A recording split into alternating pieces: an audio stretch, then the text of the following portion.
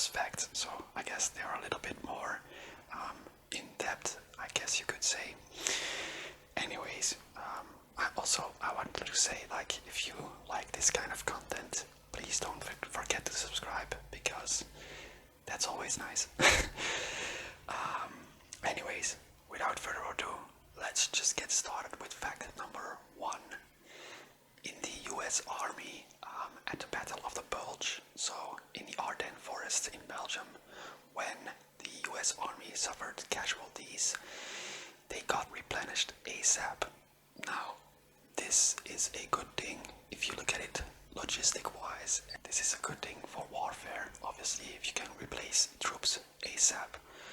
However, this took a huge toll on the American mental well-being of the soldiers, of the American soldiers, because normally when a division or a battalion suffers casualties, you let them retreat, and then when they are behind the front line, they replenish, and these soldiers kind of get like some free time, I guess, some time out of the war zone. However, this was not the case. The Battle of the Bulge, which caused a lot of soldiers to mentally break because of the constant pressure, obviously, of the warfare and the shells exploding and stuff like that. And there's also a quote about the in a report of the American Army Psychiatrics. The quote went like this: getting used to war does not exist. Doing battle can cause men to collapse. Psychiatric victims are as inevitable as physically wounded victims in war. So yeah, that's maybe a topic that is not like talked about a lot. The mental toll of warfare, especially I feel like in that period of time it wasn't talked about a lot. But yeah, anyways, moving on to fact number 2. On March 26 in 1945, General Patton ordered his troops, some troops, on a secret mission, which was called a diversion maneuver, but in fact it was a rescue mission to rescue his son-in-law, John K. Waters. And yeah, his son-in-law was captured in 1943 in Tunisia by the Germans, obviously, and he was in a German POW camp, and this stands for Prisoner of War camp. And as the war was ending, General Patton got really concerned about his son-in-law, because he thought that his son-in-law could succumb to the hardships that were present in the POW camps. And number 2 was because German SS soldiers started executing POWs, so prisoners of war. This happened in Malmedy in Belgium, and General Patton was really concerned that his son-in-law would get killed. So he actually put on a fake mission that he called a diversion maneuver officially, but it was a rescue mission. And if the mission failed, he probably would have been sacked from office, and like it would have been a big thing, because he would have risked a lot of men just to save his son-in-law. But fortunately for him, after 2 days of heavy fighting at the POW camp, the mission was a success. So he rescued his son-in-law and actually got a lot of media attention for this heroic mission, I guess, which it kind of is. But yeah, that was a bit of an unknown fact, I believe. Moving on to fact number 3. In January 1945, 3.5 million Germans started Russians who were advancing in German territory. Around 10,000 of these German refugees, they sought refuge on a ship called Wilhelm Gustloff. That ship was headed for Kiel in Denmark across the Eastern Sea, and originally the Wilhelm Gustloff was a luxury cruise ship. So yeah, it was kind of a big ship and very luxurious. Now, unfortunately for the German refugees, the ship got torpedoed on the 30th of January in 1945. It was torpedoed by a Russian submarine, and the attack killed over thousands of innocent civilians, but it was not considered a war crime because there were in fact German soldiers on board as well. So the target was a legit target for a Russian submarine to torpedo, which therefore it wasn't a war crime, apparently. Yeah, moving on to fact number 4, which is kind of related to fact number 3. It's about Soviet captain Marisenko. He was the one who torpedoed the Wilhelm Gustloff cruise ship with all the refugees, and he also successfully torpedoed the General von Steubel, which was also a big ship with around 3,000 Germans on board. Marisenko, the Soviet captain, he thought that with these achievements he kind of expected like a hero's welcome when he returned to the Soviet Union. However, this was absolutely not the case. In fact, he was kind of sidelined, and then later on in 1946, after the war, he got sent to a Siberian work camp or gulag because he kind of like claimed that some of the party members of the Soviet Union were abusing their power. And yeah, that's the sort of stuff that gets someone sent to the gulag, as I assume. But yeah, not fun at all.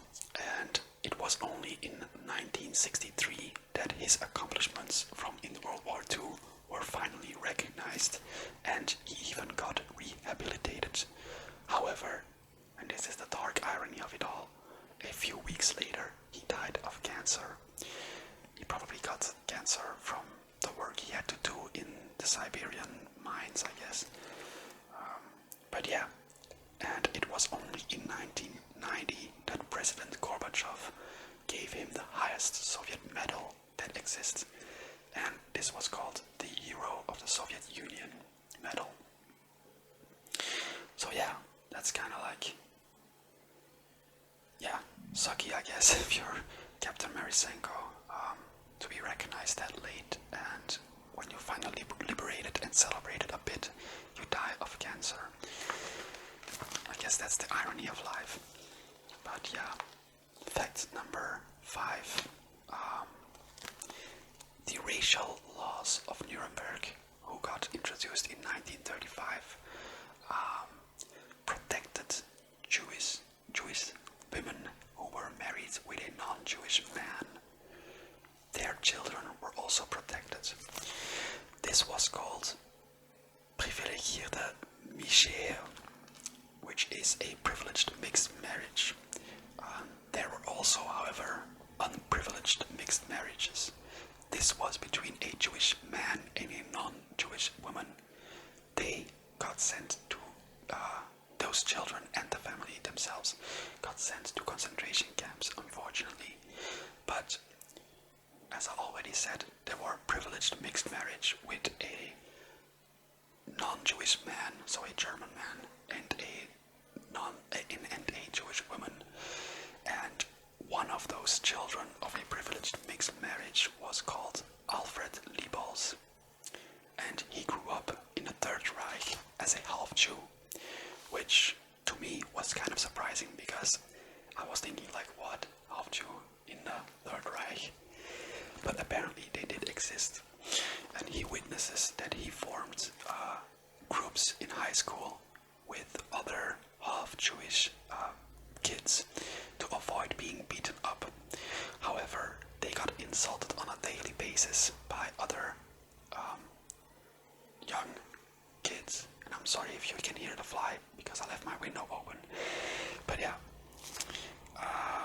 they also weren't allowed to join the Hitlerjugend, which was in fact a much bigger deal than it sounds right now, because back then all the healthy young kids, man or woman, like boys and girls, joined the Hitlerjugend. It was kind of like the norm back then. And he later on in life was also not allowed to study, so he had to become a tailor. Not that there's anything wrong with being a tailor, but yeah, this just goes to show like the impact of the racial laws of Nuremberg. But I kind of included this one because I didn't know that there was a difference between these marriages between a Jewish man and a non-Jewish woman. That was considered like not good, and they were sent to the camps. But a German man and a non-Jewish, a German man and a Jewish woman who got married, they kind of were protected by these Nuremberg racial laws. In a way, they were also heavily discriminated by them, obviously. But yeah, moving on, and to fact number 6, which is not really a proven fact, but kind of something to think about. It is a testimonial of a guy called Ernst Bittier, and he witnessed the fall of the Reichstag. And now, the fall of the Reichstag, he claims that there was no fighting at all, and apparently he also said that it is Soviet propaganda, which actually turned the fall of the Reichstag into this huge battle.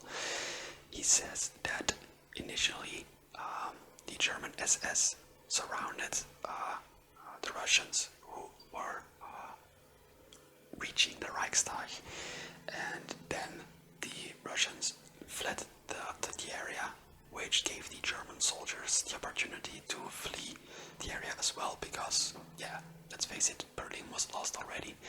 And then that night, he claims that the Russian soldiers actually just kind of could march into the Reichstag.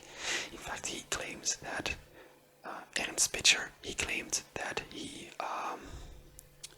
kind of like just walked around the Koningsplatz with bread and coffee, and that there was no fighting at all. He says that it was Soviet propaganda that turned it into a huge fight, and then it was being retold and retold and retold, and then people kind of thought that the battle for the Reichstag was a thing. But according to Ernst, this never took place, and I wanted to include this because I mean, like, it's not really a proven fact or something. It doesn't really change anything, but I guess, like, I wanted to include this because this just goes to show that if it is true that history is written by the victors, which is always something to keep in mind. Now, fact number 7. After the war, kamikaze pilots who survived were repelled in Japanese society. Now you might ask yourself, how in the world can a kamikaze pilot survive a kamikaze attack? Well, the kamikaze pilots who did not perform the kamikaze attack yet, those were the people who survived, or there were also like some POWs that were kamikaze pilots. And when the war almost ended, there were a group of kamikaze pilots that did not yet complete their training to fulfill their purpose, I guess. And yeah, then when the war ended, these groups would remain. They survived the war because it ended, and they could not commit their kamikaze attack. So actually, they really got lucky in a way. But after the war, then when the war was ended and they got back into Japanese society, these people, be it POWs who kind of like missed their target or something like that, or they survived the crash in a way, and like the kamikaze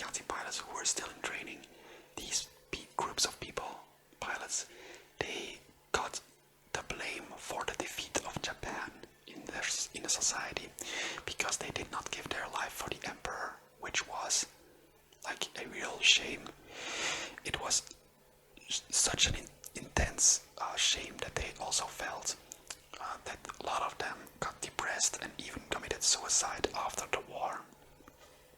So yeah, this just goes to show like the Japanese mentality on surrendering. I always think it is fascinating also with like their entire history of the samurai. There's a game right now, it's called Ghost of, I forgot the name, but yeah, I like to play it because I think samurais are like really cool, I guess. I mean, like, who doesn't think they're cool? But I just kind of like their whole like mentality on surrendering and honor and stuff like that. It's kind of like fascinating to me. But yeah, moving on to fact number 8. Before the Panzerfaust was widely being used, German soldiers on the Eastern Front used different risky tactics to eliminate the T-34 tanks.